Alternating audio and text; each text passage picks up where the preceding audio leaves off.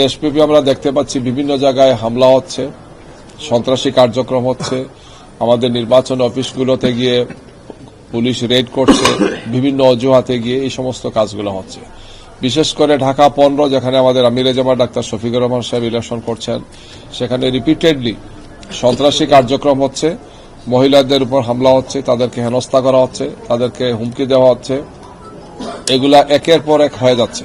আমরা আগেও বলেছি নির্বাচন কমিশনকে এবং স্থানীয়ভাবে সেখানকার রিটার্নিং অফিসার, সহকারী রিটার্নিং অফিসার, প্রশাসনের দায়িত্বে যারা আছেন আমরা বলেছি, কিন্তু দৃশ্যমান কোন উন্নতি আমরা দেখতে পাচ্ছি না। এর পাশাপাশি আপনারা দেখেছেন যে আজকে এবং এর আগেও একাধিকবার ঘটেছে, পটুয়াখালীর বাউফলে আমাদের সেখানকার প্রার্থী দাড়িপাল্লার প্রার্থী ডক্টর শফিকুল ইসলাম মাসুদ, ঢাকা মহানগর জামাতের সেক্রেটারি, শিবিরের কেন্দ্রীয় সভাপতি, তার এলাকাতে পুলিশের তৎপরতাটা একদম এক পেশে। আজকেও সেখানে হামলা হয়েছে, আমাদের 15 জনের মতো জামাত কর্মী আহত হয়েছেন, অফিসে হামলা হয়েছে, তাদেরকে আহত করা হয়েছে। এবং আমরা ওসির ব্যাপারে বলেছি, বাউফলের ওসি চূড়ান্তভাবেই তিনি এক পক্ষপাত দুষ্ট, একদম পুরোপুরি তিনি পক্ষপাত দুষ্ট আচরণ করছেন। আমরা এসিকে বলেছি তাকে অবিলম্বে সেখান থেকে প্রত্যাহারের জন্য। এই ওসি সাহেব থাকলে বাউফলের এই নির্বাচন শান্তিপূর্ণ, সুষ্ঠু, গ্রহণযোগ্য হওয়ার কোনো কারণই নাই। এর আগেও তিনি বিভিন্ন অজুহাতে এসে জামাতের নির্বাচনী অফিস রেড করেছেন এবং তার সাথে বিএনপি, ছাত্রদল, যুবদলের নেতাকর্মীদেরকে তিনি সাথে নিয়ে আসছেন। বুঝাই যাচ্ছে যে একদম উদ্দেশ্য প্রণোদিতভাবে তারা সেই কাজটি করছেন গিয়ে। তো আমরা বলেছি যে আমরা আজকের মধ্যেই এই দেখতে চাই ইসির পক্ষ থেকে ওনারা পদক্ষেপ নেবেন, অন্যথায় কোনো অবস্থায় সেখানকার নির্বাচন শান্তিপূর্ণ হবে না, এই নির্বাচন গ্রহণযোগ্য হবে না। পাবনাতে আপনারা দেখেছেন অনেকগুলো ঘটনা পরপর ঘটেছে।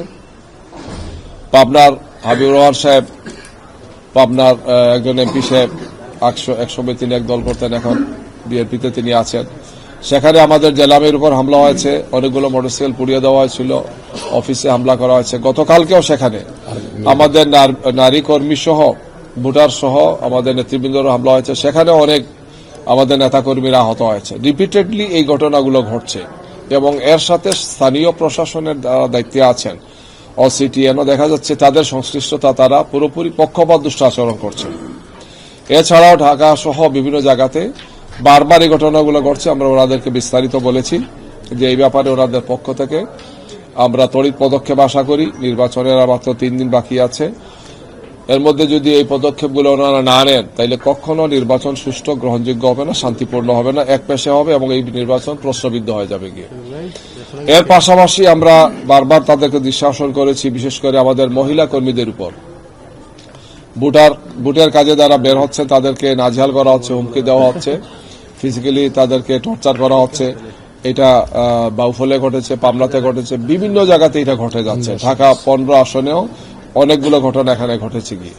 এই সমস্ত বিষয় নিয়ে বড় দেশের নারী সমাজের উপর একটা বিরূপ প্রতিক্রিয়া পড়ছে।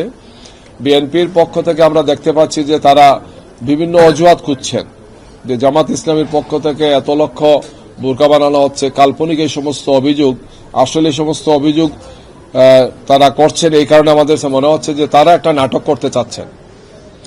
নাটকের জন্য এই সমস্ত কোনো সুনির্দিষ্ট কোনো তথ্য নাই, কিন্তু বলা হচ্ছে যে অমুক দলের পক্ষ থেকে এত লক্ষ বোরকা বানানো হবে। তো এটা কোথায়, কে বানাচ্ছেন, কার জন্য বানাচ্ছেন, এই ব্যাপারে কোনো নির্দিষ্ট অভিযোগ নেই, কিন্তু এই সমস্ত জিনিস ছড়ানো হচ্ছে। উদ্দেশ্য হচ্ছে যে যারা হিজাবদারি বা যারা পর্দা করেন, যেহেতু আমাদের বাংলাদেশে আপনারা জানেন অধিকাংশ নারীরাই এটা পছন্দ করেন, এবং এই অবস্থায় তাদেরকে ভয়ভীতি দেখানো, তাদের মধ্যে একটা সংশয় তৈরি করা, অথবা আমাদের আরো আশঙ্কা যে এই সমস্ত কারণে নারী ভোটাররা হয়তো নির্বাচনমুখী হতে ভয় পাবেন তারা কি। আমরা নির্বাচন কমিশনে বলেছি এই ব্যাপারে আপনাদের পক্ষ থেকে আমরা দৃশ্যমান অ্যাকশন চাই। এছাড়াও আরো কিছু বিষয় আমরা তাদের দৃষ্টান্তর করেছি, বিশেষ করে আমাদের নেতৃবৃন্দের জন্য গাড়ি চলাফেরার ব্যবস্থা করা সহ সমস্ত বিষয়গুলো আমরা দৃষ্টান্তর করেছি, যাতে তারা নিরাপদে চলাফেরা করতে পারেন নির্বাচনের দিনের জন্য। বলেছেন এই ব্যাপারে তারা কার্যকর ব্যবস্থা গ্রহণ করবেন।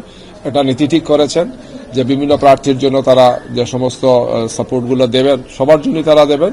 আমরা এই সমস্ত বিষয়গুলি বলেছি যে এনশিওর করার জন্য আমাদের কেন্দ্রীয় নেতৃবৃন্দ তাদের চলাফেরা, তাদের নিরাপত্তা, তাদের গাড়ি ইত্যাদি ইত্যাদি বিষয়গুলো যাতে পূর্বান্নেই সুনির্দিষ্ট হয়ে যায়।